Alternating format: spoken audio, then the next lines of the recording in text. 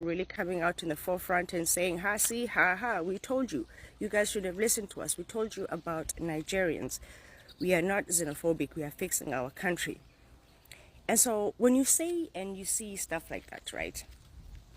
I think that there's manipulation in this conversation, and it's on purpose. This conversation is manipulated on purpose because it is deep rooted into Afrophobia. Okay, if we can understand that the media and the politicians and the government can manipulate information, at what point are we not realizing that maybe there's manipulation in xenophobia? Let me explain.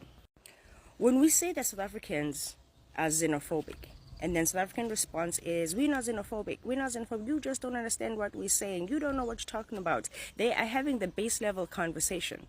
Yes, Nigerians are selling drugs in South Africa, but what we are saying to you is that there is a pipeline, there is a route, there is a system that is happening in South Africa of how this drugs, kidnapping, and all of that is happening. And when you point the finger just at one group of people, then you are hiding the other people that you need to follow. So for instance, South Africa is both a transit point and a consumer market for illegal drugs. Major entry methods include air routes. Drugs are smuggled via commercial flights by mules, often from South America, Southeast Asia, and West Africa. Brazil, Colombia, Thailand, Pakistan, Nigeria. Again, the focus is on what? Is on Nigerians. So what do? We leave out the Brazilians and the Colombians. That's what we mean by xenophobia. If you're going to put a face on illegal immigration, put the face on everybody. Sea routes. The post and air routes, Nigerians don't control air routes in South Africa. That's number one. Sea routes. Nigerians don't control sea routes in South Africa. The ports of Durban, Cape Town, and Port Elizabeth are used to traffic drugs via shipping containers. These often come from Asia and South America, right? Not one time are we bringing up South America and what it's doing. Because what's happening is, even if you got rid of all the Nigerians, all the these countries here, all they're going to do is just replace it with another group of people. Land routes. Drugs enter from neighboring countries such as Mozambique, Zimbabwe, and Namibia, especially through informal or poorly monitored border crossings. And this is where you start getting the illegal African immigrants. You know, that's the land one. They have some control in that one. But the sea routes and the air routes, that's not Africans that own that. Another key entry point is Johannesburg's O.R. Tambo International Airport. Right? Nigerians don't own the O.R. Tambo International Airport. Durban and Cape Town ports, again, that's not a Nigerian ownership. Do Nigerians sell drugs in South Africa? Yes, they do. But are you not understanding the power that is behind them?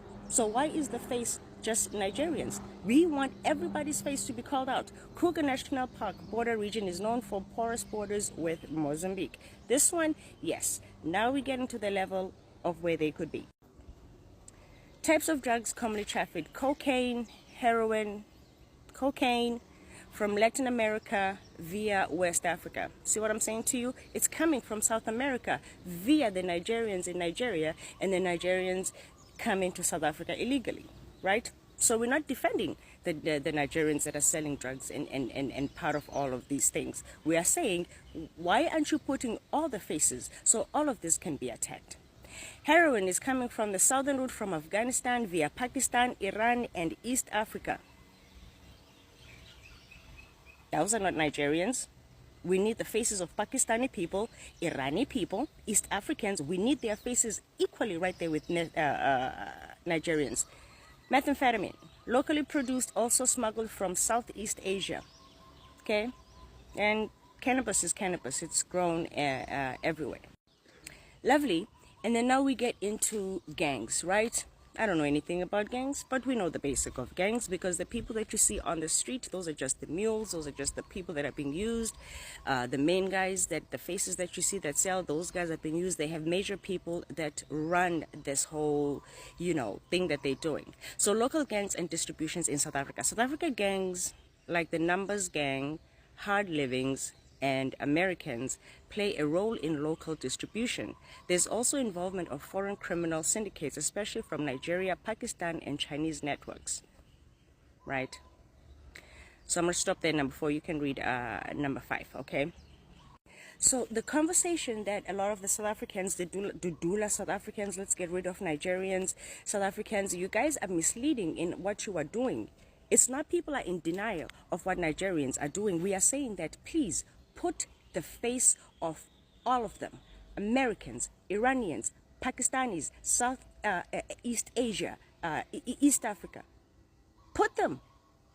Because this is why your government is not helping you. Because they are watching you fight each other on the ground while knowing damn well that they own the air routes, they own the sea routes, they own everything. All of those things. If anything, fine. We'll give it to anything that's on land and being driven by bus. But as you can see, you have a heroin, cocaine that's coming from South America into Nigeria, into South Africa. So go ahead and get rid of all the Nigerians. It's not going to change anything.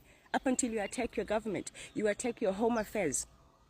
Those are all those pockets, your business people, your politicians, because that's the major problem. And they only just allow you to fight each other on the street and chase people like Chidima down. Imagine chasing Chidima down. But South America is still out here pouring their drugs into West Africa, muling Nigerians into South Africa. We have a long way to go. That's what this conversation is about. Please stop making it seem like people don't understand what xenophobia is. We know what xenophobia is. One last thing.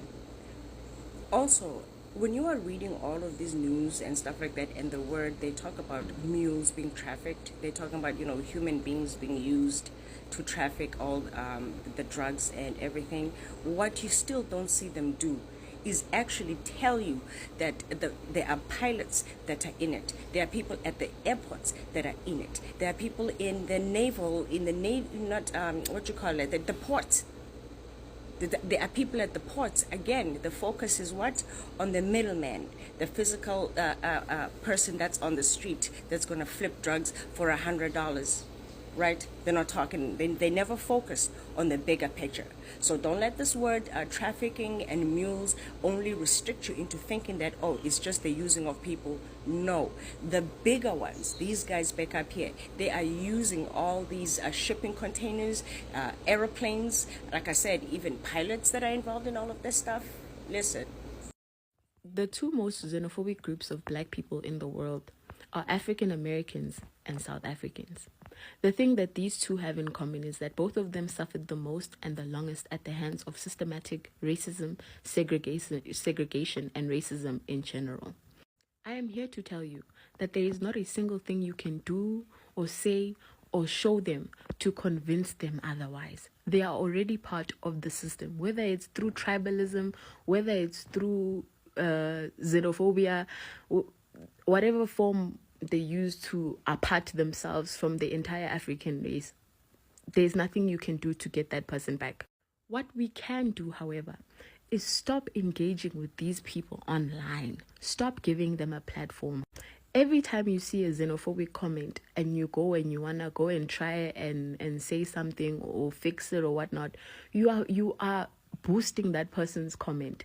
And somebody who is still young, an African who is still young and impressionable and doesn't really understand the concept of unity or the world yet, will see it, and it will now live in the back of their mind, subconscious mind, and possibly sway them towards that side one day. The best thing for you to do when you do come across tribalist comments, xenophobic comments, is to either report it and move on, or don't say anything at all. Go and reply under a comment that boosts unification and Ubuntu. We cannot go back to save those who do not want to be saved, but we can assist in stopping them from spreading the hate into the future. Those who know that black people's power lies in togetherness know, and we have our plans. We know what is the way forward. Let starve those people so their movement can die. Do you understand? That's all I came to say.